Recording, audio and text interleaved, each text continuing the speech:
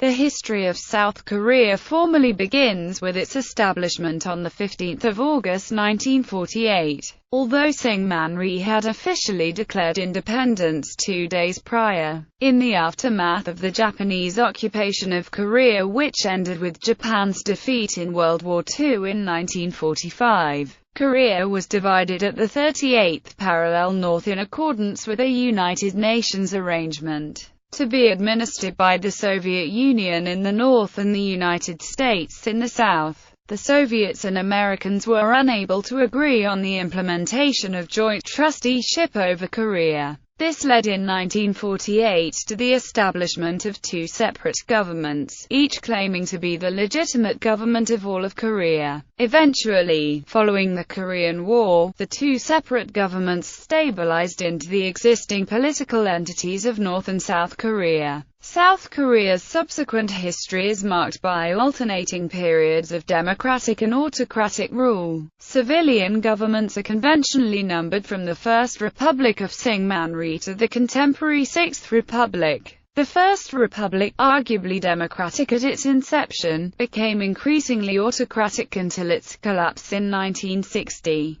The Second Republic was strongly democratic, but was overthrown in less than a year and replaced by an autocratic military regime. The Third, Fourth, and Fifth Republics were nominally democratic, but are widely regarded as the continuation of military rule. With the Sixth Republic, the country has gradually stabilized into a liberal democracy. Since its inception, South Korea has seen substantial development in education, economy, and culture. Since the 1960s, the country has developed from one of Asia's poorest to one of the world's wealthiest nations. Education, particularly at the tertiary level, has expanded dramatically. It is said to be one of the four tigers of rising Asian states, along with Singapore, Taiwan, and Hong Kong. U.S. Military Administration 1945 to 1948. Emperor Hirohito announced the surrender of the Empire of Japan to the Allied powers on 15 August 1945. General Order No. 1 for the surrender of Japan prescribed separate surrender procedures for Japanese forces in Korea north and south of the 38th parallel. After Japan's surrender to the Allies, division at the 38th parallel marked the beginning of Soviet and U.S. trusteeship over the North and South, respectively. This division was meant to be temporary and was first intended to return a unified Korea back to its people until the United States, United Kingdom, Soviet Union, and Republic of China could arrange a trusteeship administration. In February 1945, the Yalta Conference discussed the issue of trusteeship for Korea. U.S. forces landed at Incheon on September 8, 1945 and established a military government shortly thereafter. Lt. General John R. Hodge, the commander, took charge of the government. Faced with mounting popular discontent, in October 1945 Hodge established the Korean Advisory Council. A year later, an interim legislature and interim government were established, headed by Kim Kyu-shik and Syngman Rhee respectively. However, these interim bodies lacked any independent authority or de jure sovereignty, which was still held by the Provisional Government of the Republic of Korea based in China, but U.S. leaders chose to ignore its legitimacy, partly because of its communist alignment.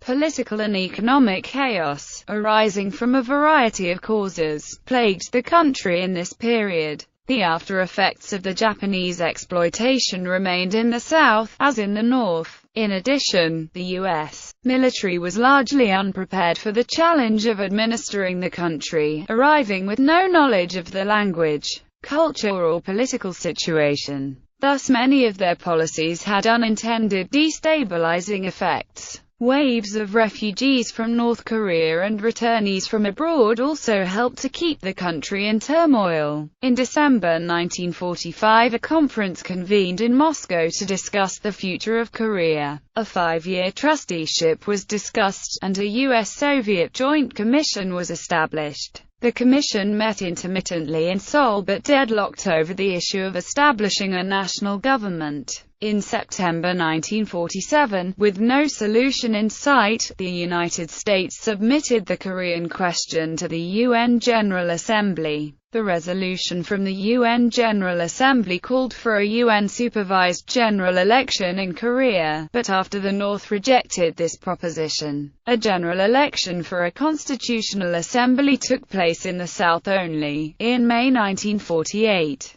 a constitution was adopted, setting forth a presidential form of government and specifying a 4-year term for the presidency. According to the provisions of the Constitution, an indirect presidential election took place in July. Syngman Rhee, as head of the new assembly, assumed the presidency and proclaimed the Republic of Korea on August 15, 1948. First Republic 1948 to 1960. On August 15, 1948, the Republic of Korea was formally established with Syngman Rhee as the first president. With the establishment of Rhee's government, de jure sovereignty also passed into the new government. On September 9, 1948, a communist regime, the Democratic People's Republic of Korea, was proclaimed under Kim Il-sung. However, on December 12, 1948, by its Resolution 195 in the Third General Assembly, the United Nations recognized the Republic of Korea as the sole legal government of Korea. In 1946, the North implemented land reforms by confiscating private property, Japanese and pro-Japanese owned facilities and factories, and placed them under state ownership.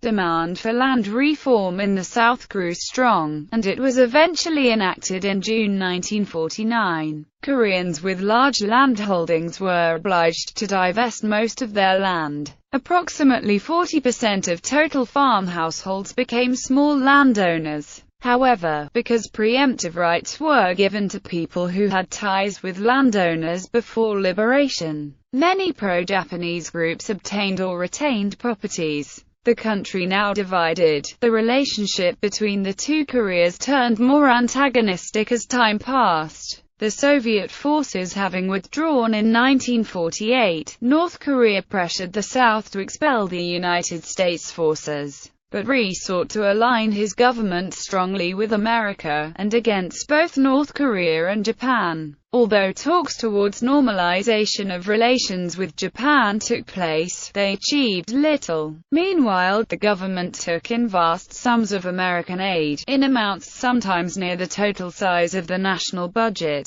The nationalist government also continued many of the practices of the U.S. military government. In 1948, the Rhee government repressed military uprisings in Jeju, Suncheon and Yeosu. The main policy of the First Republic of South Korea was anti-communism in unification by expanding northward. The South's military was neither sufficiently equipped nor prepared, but the Rhee administration was determined to reunify Korea by military force with aid from the United States. However, in the second parliamentary elections held on May 30, 1950, the majority of seats went to independents who did not endorse this position, confirming the lack of support and the fragile state of the nation. On June 25, 1950, North Korean forces invaded South Korea. Led by the U.S., a 16-member coalition undertook the first collective action under the United Nations Command in defense of South Korea. Oscillating battle lines inflicted a high number of civilian casualties and wrought immense destruction. With the People's Republic of China's entry on behalf of North Korea in late 1950, the fighting came to a stalemate, close to the original line of demarcation. Armistice negotiations, initiated in July 1951, finally concluded on July 27, 1953 at Panmunjom, now in the demilitarized zone. Following the armistice, the South Korean government returned to Seoul on the symbolic date of August 15, 1953. After the armistice, South Korea experienced political turmoil under years of autocratic leadership of Syngman Rhee, which was ended by student revolt in 1960. Throughout his rule, Rhee sought to take additional steps to cement his control of government. These began in 1952, when the government was still based in Busan due to the ongoing war. In May of that year, Rhee pushed through constitutional amendments which made the presidency a directly elected position. To do this, he declared martial law, arrested opposing members of parliament, demonstrators, and anti-government groups. Rhee was subsequently elected by a wide margin. Rhee regained control of parliament in the 1954 elections, and thereupon pushed through an amendment to exempt himself from the 8-year term limit, and was once again re-elected in 1956. Soon after, Rhee's administration arrested members of the opposing party and executed the leader after accusing him of being a North Korean spy. The administration became increasingly repressive while dominating the political arena, and in 1958, it sought to amend the national security law to tighten government control over all levels of administration, including the local units. These measures caused much outrage among the people, but despite public outcry, Rhee's administration rigged the March 15, 1960 presidential elections and won by a landslide. On that election day, protests by students and citizens against the irregularities of the election burst out in the city of Masan. Initially, these protests were quelled with force by local police, but where the body of a student was found floating in the harbor of Masan, the whole country was enraged and protests spread nationwide. On April 19, students from various universities and schools rallied and marched in protest in the Seoul streets. In what would be called the April Revolution, the government declared martial law, called in the army, and suppressed the crowds with open fire. Subsequent protests throughout the country shook the government, and after an escalated protest with university professors taking to the streets on April 25, Rhee submitted his official resignation on April 26 and fled into exile. Second Republic 1960–1961. After the Student Revolution, power was briefly held by an interim administration under the Foreign Minister Heo Jang. A new parliamentary election was held on July 29, 1960. The Democratic Party, which had been in the opposition during the First Republic, easily gained power and the Second Republic was established. The revised constitution dictated the Second Republic to take the form of a parliamentary cabinet system where the president took only a nominal role. This was the first and the only instance South Korea turned to a parliamentary cabinet system instead of a presidential system. The assembly elected Yoon Bo-seon as president and Chang Myon as the prime minister and head of government in August 1960. The Second Republic saw the proliferation of political activity which had been repressed under the Rhee regime. Much of this activity was from leftist and student groups, which had been instrumental in the overthrow of the First Republic. Union membership and activity grew rapidly during the later months of 1960, including the Teachers' Union, Journalists' Union, and the Federation of Korean Trade Union.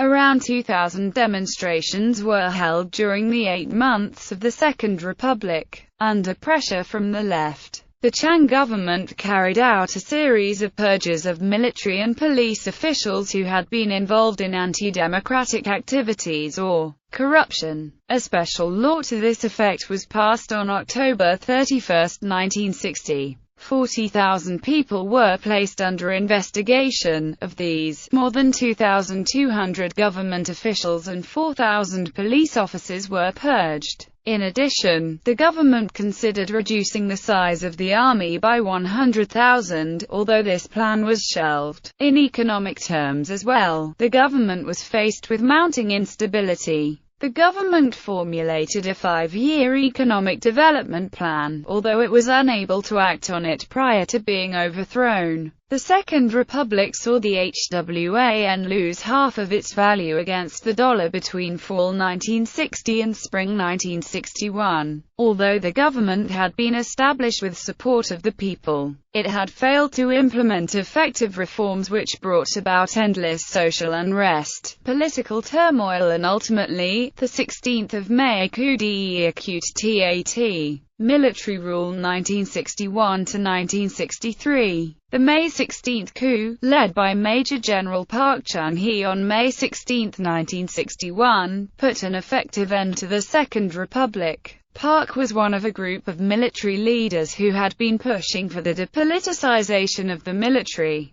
Dissatisfied with the cleanup measures undertaken by the Second Republic and convinced that the current disoriented state would collapse into communism, they chose to take matters into their own hands. The National Assembly was dissolved and military officers replaced the civilian officials. In May 1961, the junta declared pledges of the revolution. Anti-communism was to be the nation's main policy. Friendly relations would be strengthened with allies of the free world, notably the United States. All corruption and government misdeed would be disposed and fresh and clean morality would be introduced. The reconstruction of a self-reliant economy would be priority. The nation's ability would be nurtured to fight against communism and achieve reunification, and that government would be returned to a democratic civilian government within 2 years. As a means to check the opposition, the military authority created the Korean Central Intelligence Agency in June 1961, with Kim Jong-pil, a relative of Park, as its first director. In December 1962, a referendum was held on returning to a presidential system of rule, which was allegedly passed with a 78% majority. Park and the other military leaders pledged not to run for office in the next elections.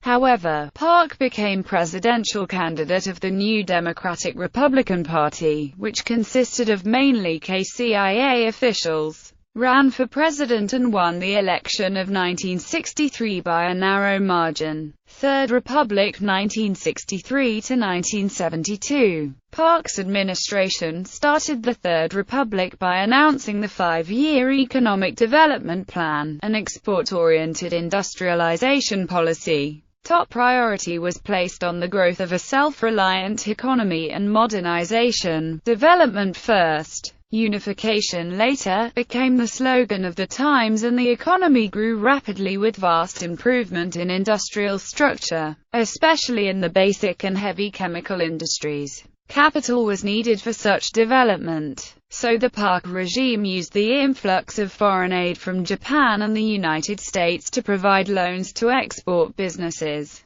with preferential treatment in obtaining low-interest bank loans and tax benefits. Cooperating with the government, these businesses would later become the chaebol. Relations with Japan were normalized by the Korea-Japan Treaty ratified in June 1965. This treaty brought Japanese funds in the form of loans and compensation for the damages suffered during the colonial era without an official apology from the Japanese government, sparking much protest across the nation. The government also kept close ties with the United States, and continued to receive large amounts of aid. A status of forces agreement was concluded in 1966, clarifying the legal situation of the U.S. forces stationed there. Soon thereafter, Korea joined the Vietnam War, eventually sending a total of 300,000 soldiers from 1964 to 1973 to fight alongside U.S. troops and South Vietnamese armed forces.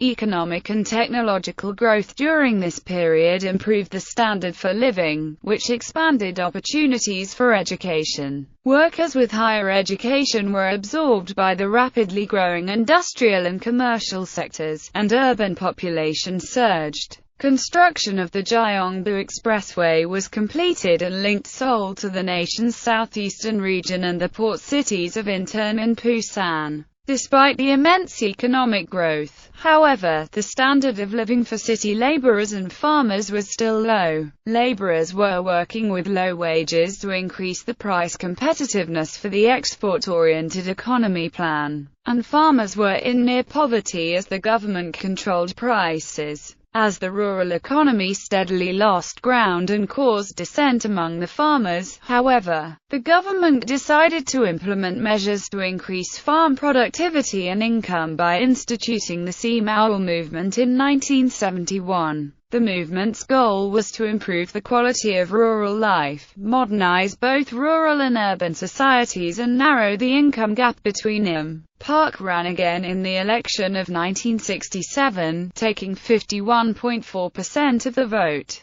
At the time, the presidency was constitutionally limited to 2 terms, but a constitutional amendment was forced through the National Assembly in 1969 to allow him to seek a 3rd term. Major protests and demonstrations against the constitutional amendment broke out, with large support gaining for the opposition leader Kim Dae-jung. But Park was again re-elected in the 1971 presidential election. Parliamentary elections followed shortly after the presidential election, where the opposition party garnered most of the seats, giving them the power to pass constitutional amendments. Park, feeling threatened, declared a state of national emergency on December 6, 1971. In the midst of this domestic insecurity, the Nixon Doctrine had eased tensions among the world superpowers on the international scene, which caused a dilemma for Park, who had justified his regime based on the state policy of anti-communism. In a sudden gesture, the government proclaimed a joint communiqué for reunification with North Korea on July 4, 1972,